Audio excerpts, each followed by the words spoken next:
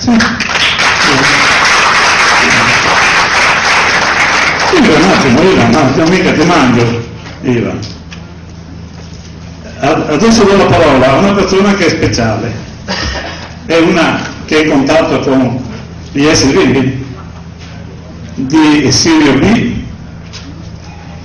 Siccome lui mi ha parlato di te, voglio che almeno, ecco, la conosci di persona, vieni, eccola qui, finalmente è la possibilità di conoscere. Madonna che alta che sei, cala, sei, Madonna che alta che sei, sì, no, è perché quando fai filmati lì ha sempre delle persone alte, allora sembra più normale, invece questa è una cosa ok, grazie di avermi parlato di lei. E adesso è una persona che parla intanto di alcune cose semplici, amore e amore. Prego. Quanti amorfi possiamo essere rispetto a questo oggetto del nostro inconscio, subconscio, oppure del lato sconosciuto da parte nostra. Credo che tutti quanti siamo interessati a questo argomento. Lei è una che ci vuole €1 per inviarla, 1 miliardo per fermarla, però hai 1 ora di tempo, non di più, va bene? No, scherzo. Grazie.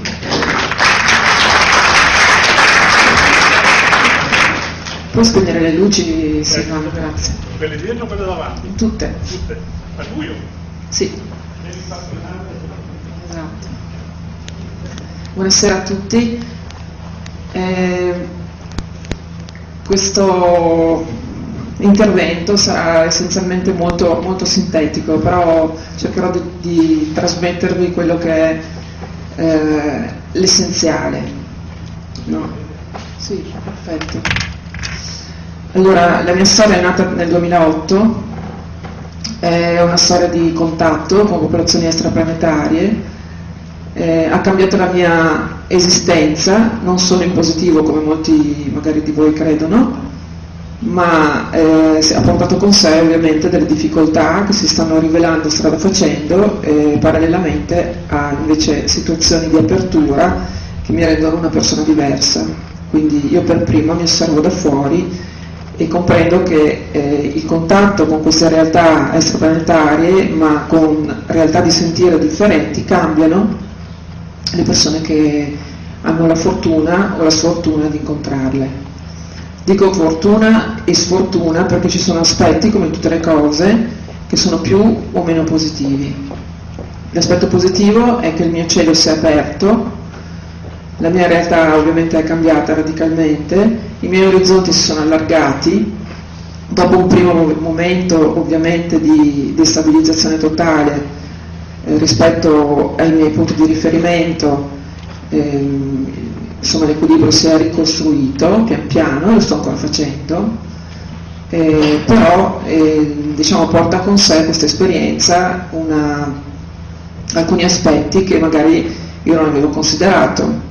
Cioè, il fatto di trovarmi in una situazione così paradossale, così straordinaria, mi ha dato sia l'energia per potermi mettere in gioco, cioè poter comunicare prima di tutto ai miei amici e alle persone che ho intorno e poi al mondo per una serie di sincronicità, comunicare questa esperienza straordinaria, che però da parte mia non teneva presente di quello che è il mondo, cioè questo pianeta di esseri per lo più inconsapevoli che hanno molta paura nell'affrontare queste realtà, no? Quindi essere messa in piazza significa, per quanto mi riguarda personalmente, fare una grande fatica per reggere quelle che sono le invidie, per certi versi, le diffidenze, i sorrisi così un po' ironici, no? E quindi questa è stata la fatica più grossa che in realtà ha fatto parte di questo percorso e continua a farne parte.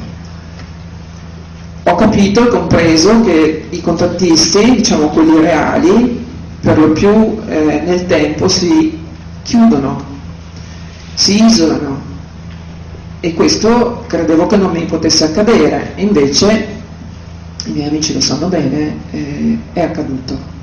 Quindi io mi sono ritrovata paradossalmente ad avere una visione della realtà multidimensionale e stranamente, curiosamente, invece a vivere in una realtà di isolamento che mi permetta di far fronte sia al tipo di energia con cui vado in contatto, ma anche che mi possa dare la possibilità di ricaricarmi dopo il contatto con gli umani.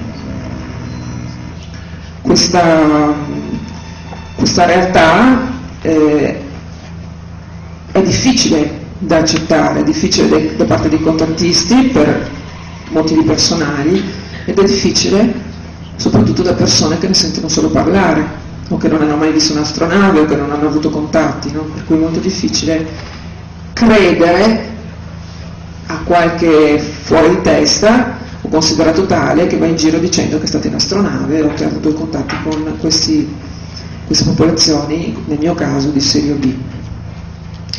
Quindi questa sera io vorrei farvi in qualche modo percepire quello che è stato un viaggio di appartenenza, che è divenuto nei suoi significati più profondi, però un viaggio di appartenenza che è iniziato nel 2008, quando io sono andata ad abitare in questa casa in mezzo al bosco, questa vecchia corte, ex monastero dei monaci bianchi cistercensi, così per sincronicità e diciamo per certi versi inconsapevolmente mi sono decisa ad andare a vivere in questo luogo, no?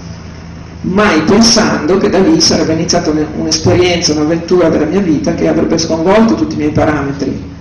E questo avviene strada facendo, dal momento in cui comincio a vivere in questa casa, attraverso delle fotografie fatte per gioco, quindi comincio a fotografare il bosco intorno a me di sera, il mio giardino, tutto ciò che c'è intorno, e comincio a notare che nelle mie fotografie c'erano delle essenze particolari. Mi informo e vengo a sapere che queste essenze si chiamano orbs, che ci sono però orbs considerati polvere in sospensione, orbs considerati come acqua in sospensione e orbs invece all'interno di tutto questo marasma di manifestazioni diciamo fisiche esistono anche degli orbs che sono invece manifestazioni energetiche, e quindi comincio a catalogare questo tipo di fotografie che vengono fatte, insomma. E ne viene fuori un video che è un po' un percorso di quello che sono le prime energie con cui io ho avuto contatto attraverso la macchina fotografica. Si tratta di orbs, non solo di orbs, di plasma, anche di astronavi, ma soprattutto di oggetti quotidiani che prendono forma, insomma una serie di manifestazioni particolari che mi fanno pensare che le cose comincino insomma ad andare in un modo un po' particolare. Quindi comincio a fare questa raccolta, faccio questo video, fino a quando non arriva giugno. Da marzo a giugno continua questo gioco, diciamo così, all'interno di queste manifestazioni naturali, energetiche. Arriva giugno e a giugno vado ad una conferenza. A questa conferenza vedo 3 figure multidimensionali, chiaramente io non sapevo che fossero siriani di Sirio B, ma in realtà dietro a questa signora che canalizza i siriani vedo queste 3 figure, mi rendo conto che non è un'allucinazione e quindi da lì, proprio da quel pomeriggio, il mio mondo cambia. Però non mi sono ancora esposta, chiaramente, perché era una cosa così, come un'esperienza che era accaduta. Però da lì, da quel pomeriggio, io comincio ad avere delle percezioni differenti, comincio a sentire delle voci e quindi comincio anche a preoccuparmi. Razionalmente cerco di trovare una spiegazione a questo, no? In questa esperienza ho imparato la pazienza, che per me è una cosa molto difficile, nel senso che ho molti pregi, ma ho un grande difetto che è quello, l'ho sempre avuto, che è quello dell'impazienza, quindi voler capire tutto subito, voler comprendere che cosa stava accadendo. Da questa esperienza invece ho imparato che ogni momento ha il suo step, quindi ogni stimolo ha bisogno di elaborazione, ha bisogno di essere introiettato, di essere capito, e quindi la pazienza è diciamo l'ingrediente necessario. Adesso vi rilassate un attimo, vi faccio vedere questo video. Non è chiaramente un video professionale, però insomma io ho fatto questa specie di giochetto dove ho inserito parte del materiale fotografico che ho iniziato a raccogliere all'inizio di questa storia. Per cui è un po' come farvi partecipi dell'inizio di questa esperienza, che cosa può aver dato al di là ovviamente delle diffidenze, dei discorsi, ma sono Horus, non sono Horus. Noi abbiamo fatto delle ricerche, abbiamo visto che all'interno di queste sfere che abbiamo fotografato ci sono dei visi, ci sono delle particolari forme energetiche che mi sono state poi confermate. Chiaramente non tutti sono parte di questa forma così luminosa, ma fanno parte anche di fenomeni fisici, ma esiste questo cammino ed esiste questa apertura di pensiero, questa apertura di sentire, no? Che permetta all'essere umano di aprire un piccolo varco dentro di sé, che non sia sempre quello dell'atteggiamento di diffidenza e di paura nei confronti del nuovo, perché ogni grande scoperta su questo pianeta all'inizio è stata derisa, per poi venire ovviamente confermata quando nel tempo si è verificato ciò che si era in qualche modo affermato, no? Quindi godetevi questo video, entrate un po' nel sentire e poi così mi piace negli incontri che facciamo parlare un po' più del mio messaggio. Poi se qualcuno vorrà fare delle domande a livello proprio tecnico sugli extraterrestri, su come sono fatti, sul loro modo di concepire la vita, va bene. Però in realtà io ho poco tempo, quindi utilizzerei questo tempo per darvi in effetti il messaggio vero e proprio di quello che sono gli intenti di queste persone più evolute, perché sono qui, qual è la ragione.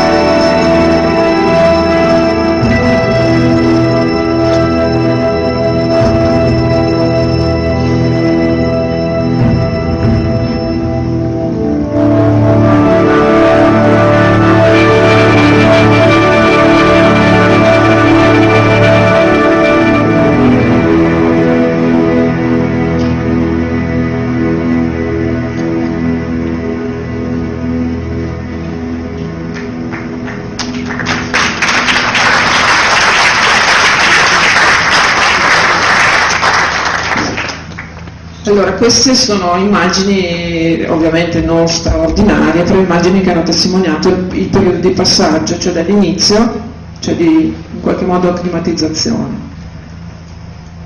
E i fenomeni si sono ovviamente moltiplicati, strada facendo, no? Quindi da marzo fino a giugno abbiamo fatto questo tipo di fotografie, ma che cosa sta succedendo, ma cosa sono queste immagini, gli orbs, non orbs, il plasma, le cose che prendono forma sui comodini, eccetera, eccetera. Per cui in qualche modo ci siamo aperti a questo tipo di manifestazione che si sarebbe presentata poi. Adesso, a distanza di 4 anni, quasi 5, io mi rendo conto di tutti i passaggi, li vedo, come dire, a rallenti, e mi rendo conto che non c'era nulla di casuale. Allora, quello che è stato il mio impegno all'inizio, dopo preso come gioco, perché all'inizio l'ho preso come gioco, dopo la conferenza ho detto ma chissà cosa sono queste persone, ma io non voglio avere niente a che fare con loro, perché si sono fatti vedere, io non sono pronta, e quindi sono stata un mese a farmi domande, no? Cominciando a sentire le voci mentre ero nel giardino del giorno dopo, noi siamo qui, e io mi guardavo intorno e non c'era nessuno, e allora dicevo bene, adesso vedo i fantasmi, sento le voci, sono pronta per essere ricoverata, no? Quindi il primo periodo insomma non è stato dei più semplici. Pian piano ho cominciato gli incontri notturni, cioè io mi svegliavo improvvisamente circa intorno alle 3 tutte le notti, quasi, e sentivo che dovevo andare alla finestra, l'unica finestra che dà sulla montagna, quindi andavo, mi sedevo davanti alla finestra e aspettavo, e tutte le volte arrivavano queste luci, si posizionavano sulla montagna, e io poi ho avuto come l'esigenza di, a mano a mano che mi abituavo all'idea, come di interagire con queste luci, no? E quindi mi sono comprata un laser illegalissimo, non c'è più perché ovviamente è meglio così, però all'epoca insomma non mi serviva certo per danneggiare gli aerei, ma volevo avere la certezza di riuscire ad avere un contatto, quindi un laser così potente poteva aiutarmi. E quindi comincio a fare dei segnali luminosi, accompagnati da pensieri telepatici del tipo se siete voi fate 3 luci e poi andate via. E così accadeva, quindi pian piano cominciano a rispondere ai miei segnali morse, così un po' diciamo, personalizzati, e io mi rendo conto effettivamente che ho una interazione con questi esseri che ancora però non conoscevo da vicino, no? Decido di tornare da questa signora che aveva canalizzato i siriani, perché dico se lei ha fatto da tramite, io ho visto questa cosa, probabilmente potrò parlare di nuovo con questi esseri e capire perché si sono fatti vedere. E infatti così avviene, dopo un mese circa, in cui ho cominciato a pensare ma sì, ma vado a questa cosa, no, forse no, parlavo con mio figlio, dicevo ma io ho visto, credo degli alieni, lui mi guardava un po' così, quindi insomma non sapevo bene se in qualche modo dare spazio a questa realtà, però la mia curiosità ha prevalso e quindi sono andata a Milano. In questo incontro con questa signora si è verificata la stessa cosa della conferenza, con la differenza che questa volta mi sono state date delle informazioni. Una di queste informazioni, la prima preponderante, era che io prima di venire qui avrei fatto, perché non me la ricordo, una promessa. E questa promessa era quella di portare questo messaggio, di aiutare la divulgazione, di aiutare il pianeta Terra, insieme a molti altri contattisti, a comprendere che cos'è questo cammino, al di là di tutto quello che è tecnica, non tecnica, UFO, non UFO, che cos'è questo cammino che stiamo facendo, perché siamo qui. Cerchiamo di allargare la nostra realtà, no? Della nostra visuale, e quindi queste persone si servono, queste entità, questi extraterrestri più evoluti si servono di persone che possono concepire questo tipo di realtà, no? E quindi nel mio caso mi viene detto che sono una di queste persone, e io controbatto e dico ma io non mi ricordo di aver fatto promesse del genere, e quindi insomma per un periodo va un po' a fasi questa vicenda, no? Sono dei momenti in cui sei nel flusso, diciamo, positivo e curioso nel momento in cui ti prende il panico, perché ovviamente è una realtà che non ha nulla a che fare con quella del nostro pianeta, e di conseguenza un altalenarsi di situazioni emotive che ovviamente vanno di pari passo a questo tipo di realtà. Quindi mi viene detto che la mia casa, questo monastero, ex monastero, è su un portale. Ovviamente non è che il portale sia solamente nella mia casa, e questo ci terrei a dirlo perché in realtà non sono mitomane né nulla del genere. È un portale molto grande, include anche questo monastero. Da questo portale entrano ed escono vari tipi di energie, e che il mio compito era quello di portare il messaggio, ma che sarebbe arrivato un momento in cui questa cosa mi sarebbe stata chiara. Quindi questa forma di comunicazione mi dà un po' un alibi al momento, perché dico vabbè, vedremo, intanto proseguiamo su questa strada. Infatti nel frattempo accadono altre cose all'interno della mia casa, comincio ad abituarmi alla loro presenza, nel senso che appare di notte non mi piace chiamarlo alieno, comunque un extraterrestre molto alto, più alto di me, e quindi molto molto alto, e mi dice che devo stare tranquilla e che le cose si evolveranno come andranno, come devono andare, e appare la sera prima dell'operazione di mio figlio, l'ultima operazione di mio figlio, quindi appare essenzialmente per calmarmi. Questa non è l'unica apparizione che è accaduta nella mia casa, al di là che chiunque dorma nella mia casa ha delle strane manifestazioni, però insomma, diciamo che sono diversi gli esseri che appaiono, non sono sempre solamente siriani. Questo perché? Allora, io a distanza di tempo ho realizzato una mia ipotesi. In realtà c'è questa confederazione galattica, si chiama, no? E all'interno di questa confederazione ci sono diverse razze, alcune adibite a certi compiti, altre adibite ad altri, e quindi a seconda del momento sono intervenuti, almeno nel mio caso, personaggi che io non posso dire che siano tutti di Sirio B, perché io su Sirio B ho visto 2 umanoidi, un sacco di gente di varie razze, però in realtà la mia interazione è stata con 2 umanoidi e un umano.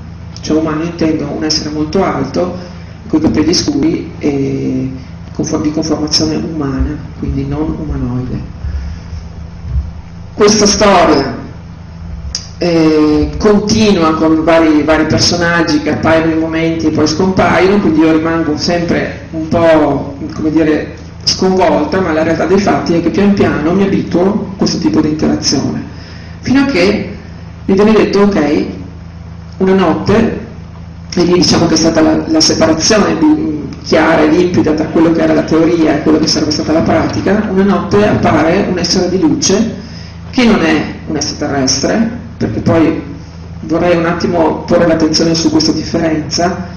Un essere di luce come i nostri fantasmi, così apparentemente, se devo spiegarvi la forma, quindi molto alto, informe in qualche modo, con una luce bianca che non è il nostro bianco, assomiglia un po' a quella dell'astronave, quindi una luce calda, avvolgente, il nostro bianco invece è freddo.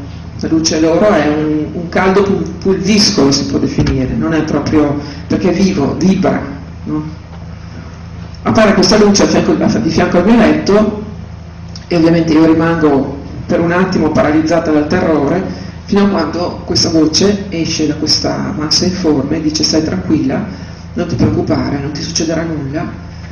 E in quel momento io mi sento calma, stranamente calma, come già avevo provato altre volte, una calma indotta, sicuramente, perché è talmente immediata che non può essere che indotta. In quel momento quest'essere di luce allunga un prolungamento, che non si può dire braccio, ma un prolungamento verso di me, e in quel momento io vedo dal mio terzo chakra uscire una specie di spirale bianca, una specie di fumo bianco che forma una spirale e va nella mano, entra nella mano di quest'essere di luce. In quel momento questa persona, questo essere, dice: è arrivato il momento di parlare, e poi sparisce. Io non ricordo nulla, mi ricordo un grande buco nero dalle 11 di sera in cui è successo alle 8 di mattina, cioè io non so dove sono stata, So che mi sono svegliata alle 8 di mattina improvvisamente e la prima cosa che ho pensato, aprendo gli occhi, accidenti, che cosa mi è successo? Sembrava fosse successo da un attimo. Per cui la sensazione era di avere un buco nero e non saper collocarmi. Successivamente mi viene spiegato che questo io ve lo dico, ma il fatto che io sia una contattista o che sia in contatto con questa realtà, vorrei che fosse chiaro, non è in automatico dover credere ciecamente a tutto quello che viene detto, perché comunque una parte razionale esiste e chiede spiegazioni. Quindi quando mi viene comunicato che questo non è solamente una sostituzione, mi parlano di walk-in e io non so minimamente che cosa significa walk-in fino a quando non vengo a conoscenza tramite letture, internet o altre persone che parlavano di questo fenomeno, di questa realtà. Cioè una sostituzione tra virgolette animica, perché non sappiamo cos'è effettivamente l'anima, ma io credo che sia quella struttura portante che ci rende unici, no? In un cammino di consapevolezza, per cui io credo che qualcuno sia subentrato. Chiaro, io non posso dare una spiegazione perché io mi sento Marina prima e Marina dopo. Quello che posso dire a livello, se io fossi uno scienziato, non volendo credere a tutto quello che viene propinato, no? Metto sul piatto della bilancia gli elementi e mi rendo conto di quello che è cambiato da prima a dopo. Prima ero più emotiva, dopo lo sono stata meno. Mi sento più distaccata nei confronti della realtà. Ho delle percezioni del mio passato a grandi linee, non più come prima nei particolari. Quindi se devo mettere un po' di elementi in fila posso dire può essere, non voglio dire sì e non voglio dire no, fino a quando non ricorderò esattamente che cosa sono venuta a fare. Quindi continuo a farlo perché quando accade che devo parlare di queste cose c'è qualche pilota automatico che si inserisce.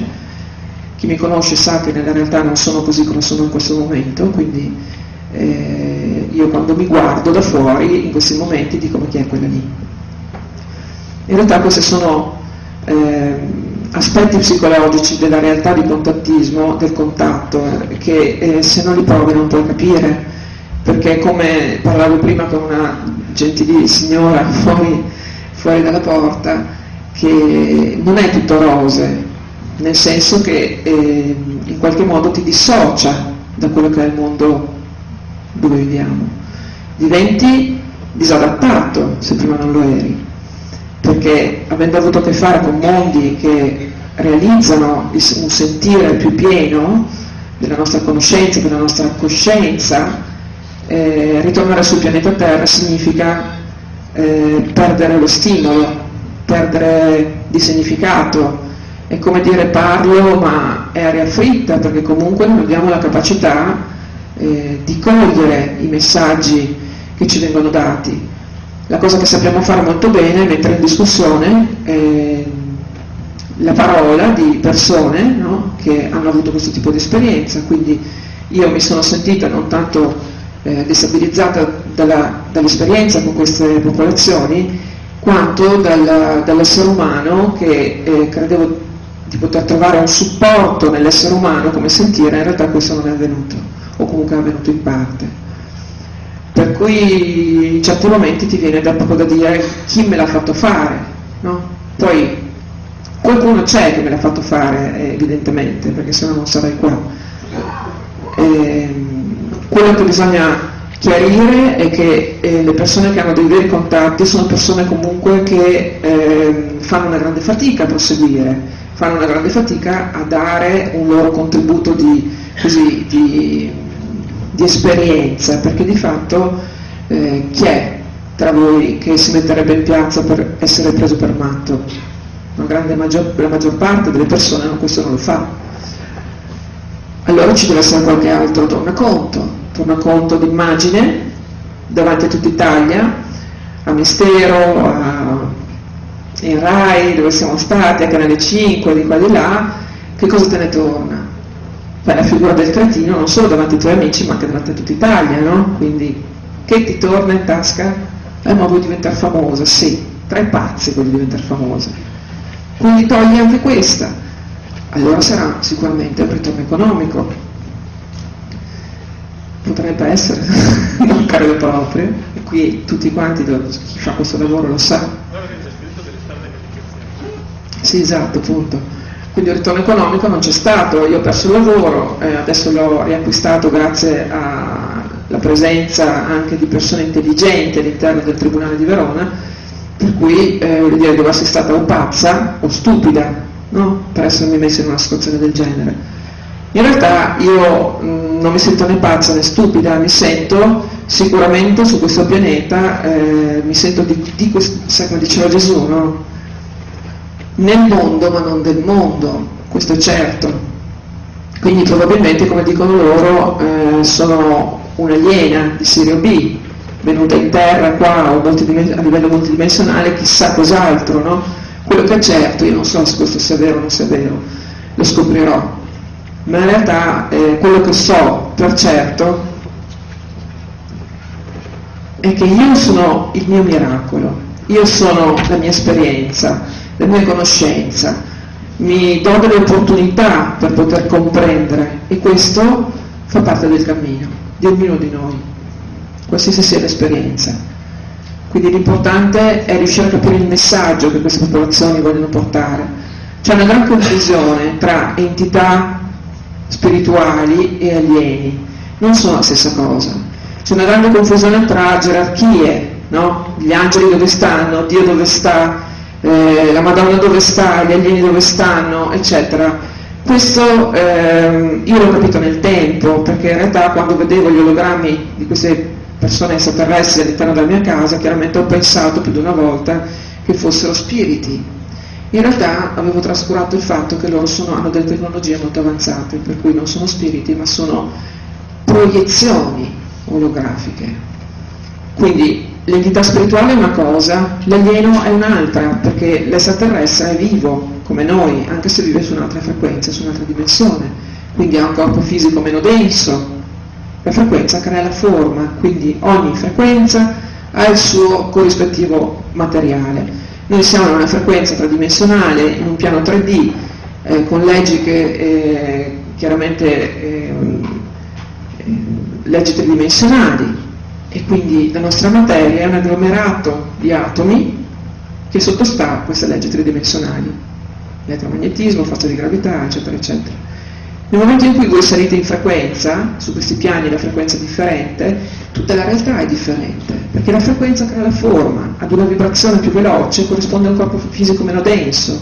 Noi siamo pesanti come vibrazione, e anche come sentimenti, come pensieri. Siamo materiali, non siamo spirituali. La parte spirituale dobbiamo scoprirla, dobbiamo esperirla. Siamo ancora convinti che la nostra realtà sia la materia, che la nostra realtà sia l'ego, che noi valiamo perché abbiamo e non perché siamo.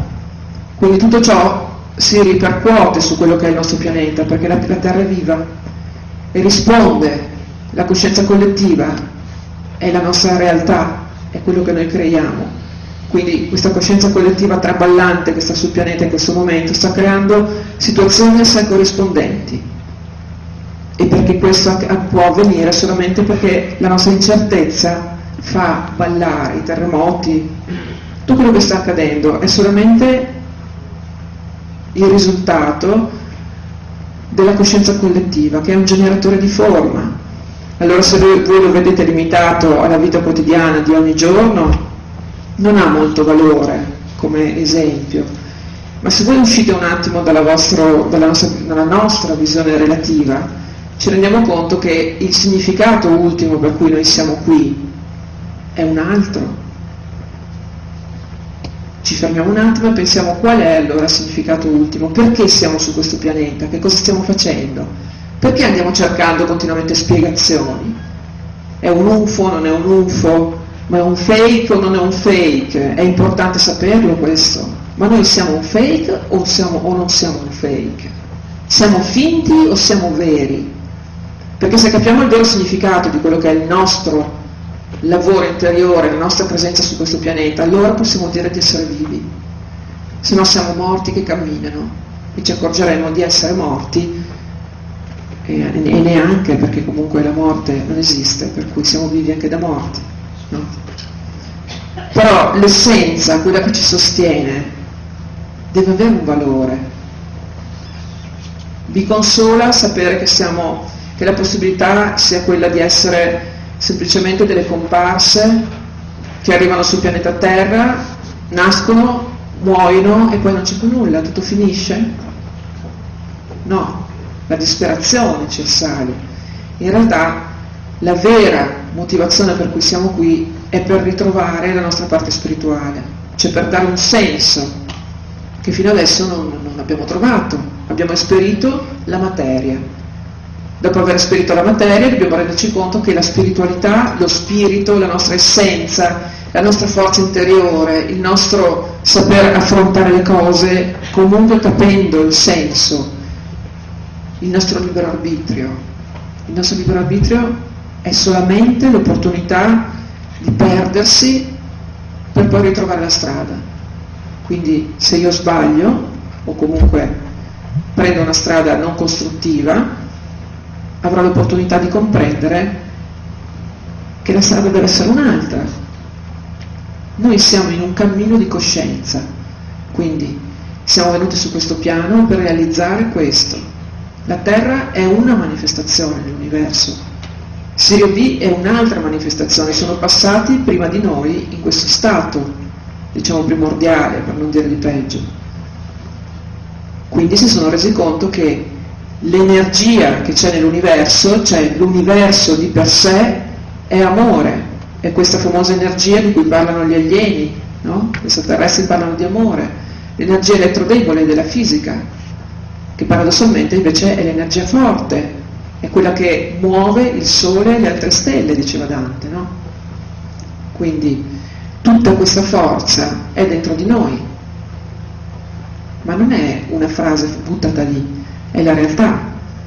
Se noi riusciamo a capire questo e a tirare fuori la nostra forza, riusciamo a essere esseri autonomi, autosufficienti, riusciamo a essere qualcuno che riesce a dare un peso a questa umanità e riusciamo a dare una direzione differente, ma questo deve essere un intento consapevole, perché non basta andare alle conferenze e dire oh che belle parole, che bello, in realtà è vero, sì, siamo esseri consapevoli, poi usciamo e la prima situazione che ci si presenta ci comportiamo da egoisti, no?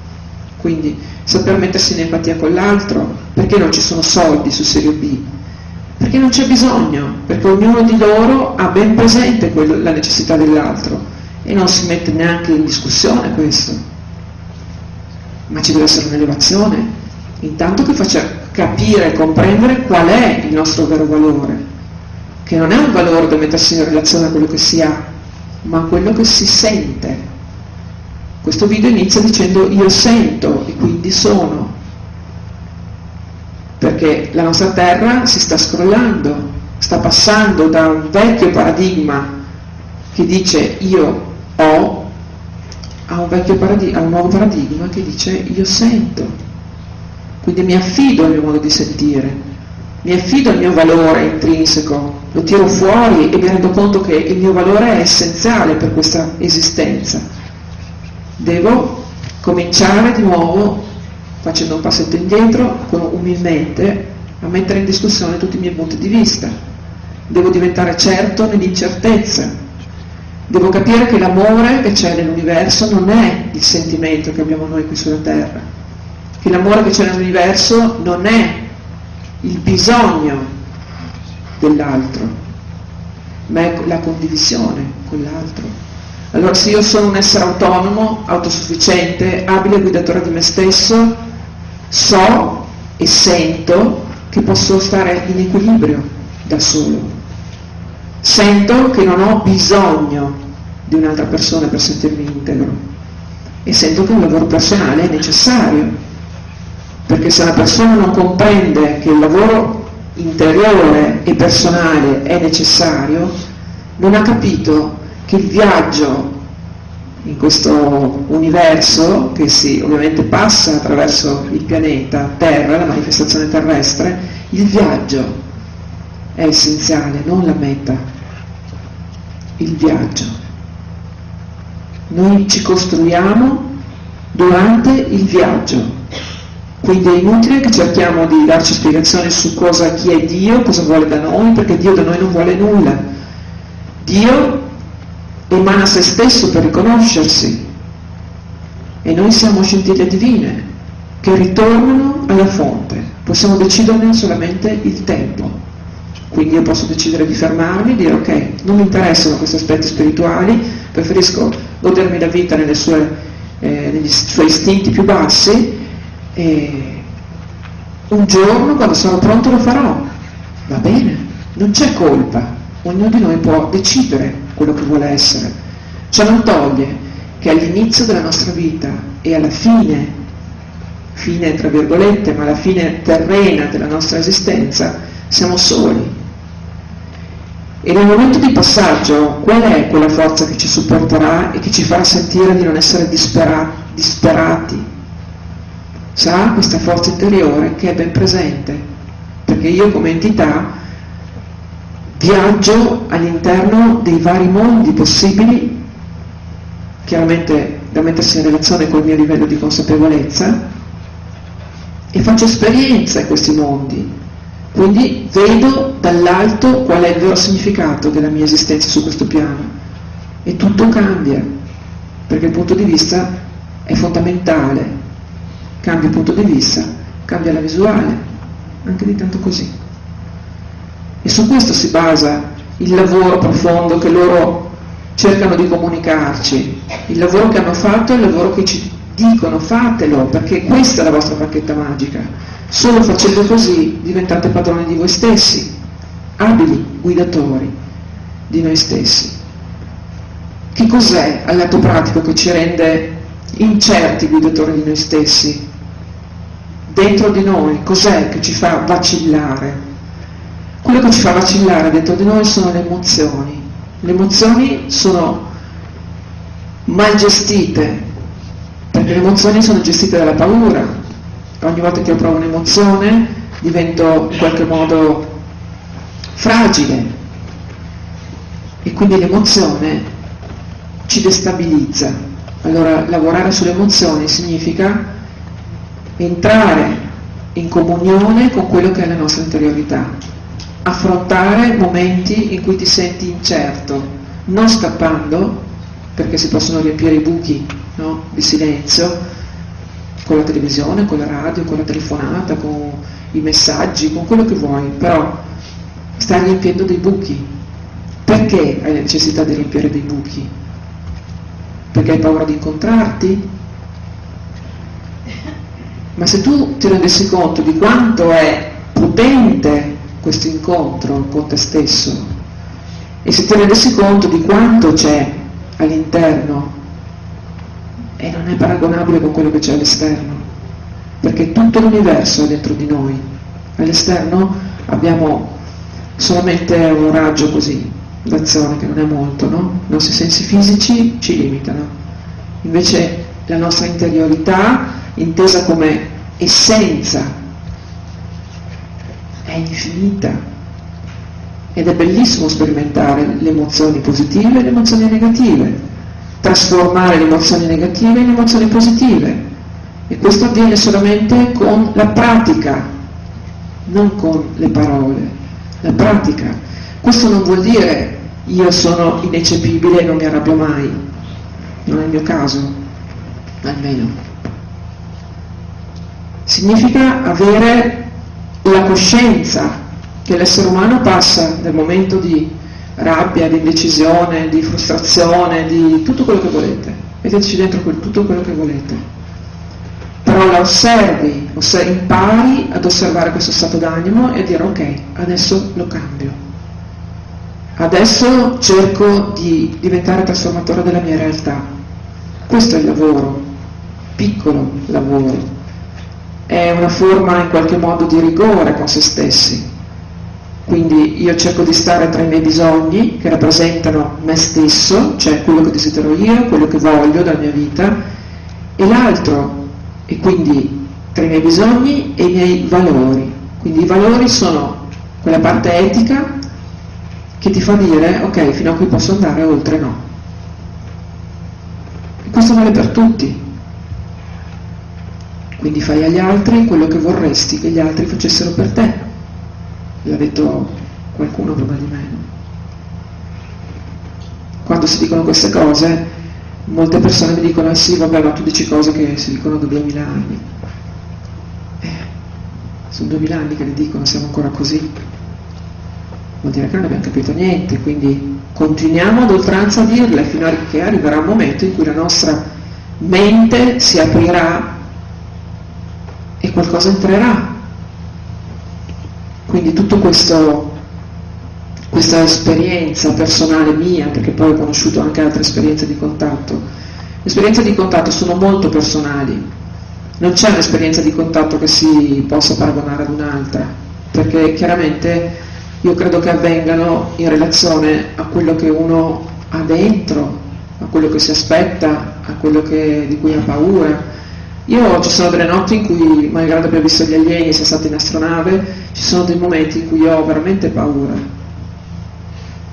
Paura perché succedono cose che non mi aspetto, quindi sei sempre un po' allerta, no? Anche se mi rendo conto che non ho mai avuto comunque contatti con realtà negative, sono sempre state positive, anche se qualcuno sostiene che io sia l'anticristo, ma di pazzi in pieno al mondo. Quindi quello che loro portano non è la salvezza così, perché non possono entrare in questa dimensione e violare quello che è la nostra libertà individuale. Molta gente non è pronta per questo contatto, e poi siamo soprattutto sempre in una posizione di aspettativa, e questo determina un peggioramento del nostro stato individuale, perché se tu ti aspetti che arrivi sempre la risposta dall'esterno, è chiaro che un lavoro non fai il lavoro che dovresti fare. Quindi questo è quello che loro dicono. A livello, diciamo, militare, a livello di manifestazioni in tutto il mondo, poi vedrete quello che vi farà vedere Pierre.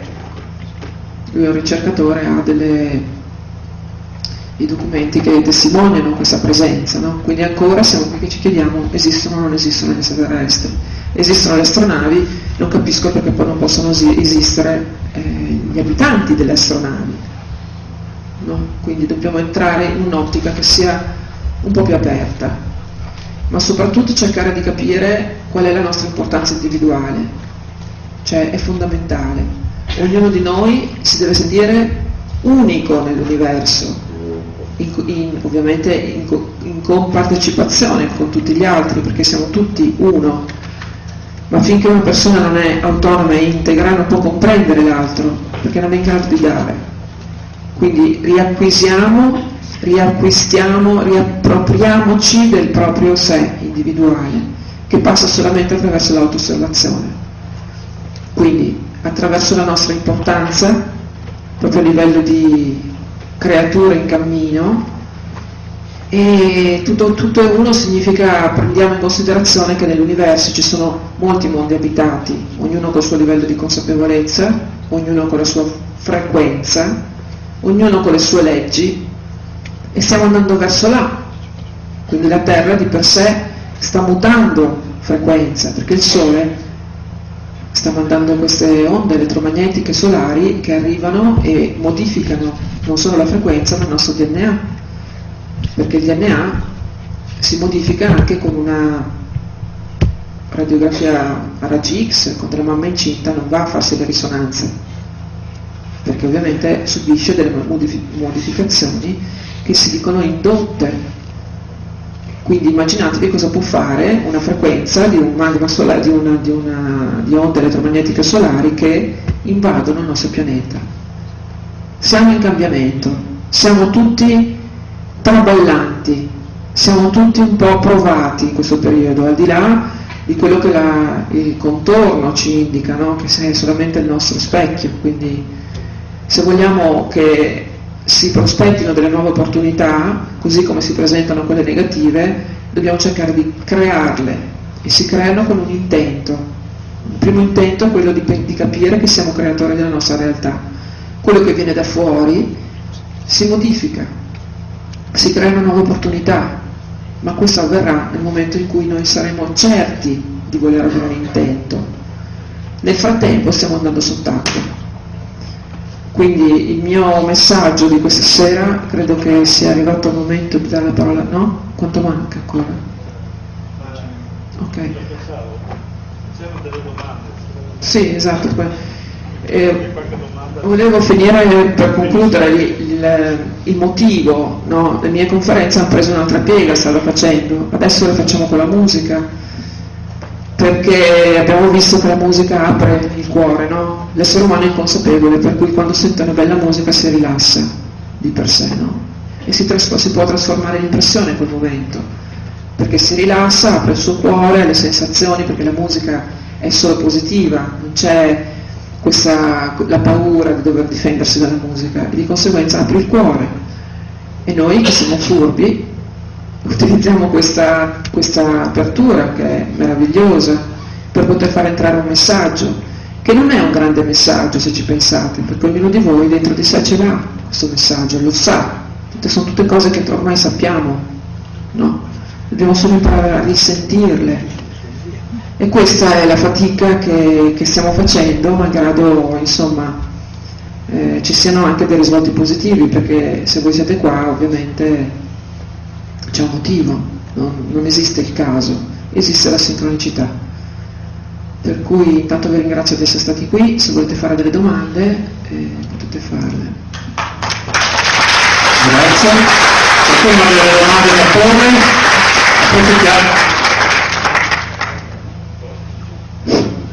Cerchiamo di approfittarne perché c'è l'occasione, che per me è la prima volta anch'io che l'ascolto e mi è piaciuto molto.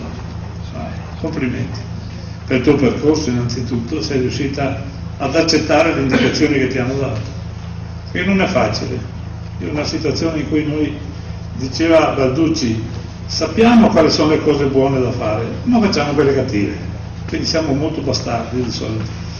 Secondo me soffriamo anche di pelandronite cronica, a volte bisogna impegnarsi. Anche lei ha avuto questa difficoltà inizialmente, non sapeva se iniziare o no il suo percorso, poi ha deciso, vabbè, mi butto, costi quel che costi. Sì, ho deciso perché comunque davanti a una cosa così, quando mai mi ricapita, cioè... Anche questo è vero. E però, insomma, dopo ho pagato anche le mie conseguenze. Comunque mi fa molto piacere che non ci siano domande, in realtà, perché significa che siete andati dentro, non fuori.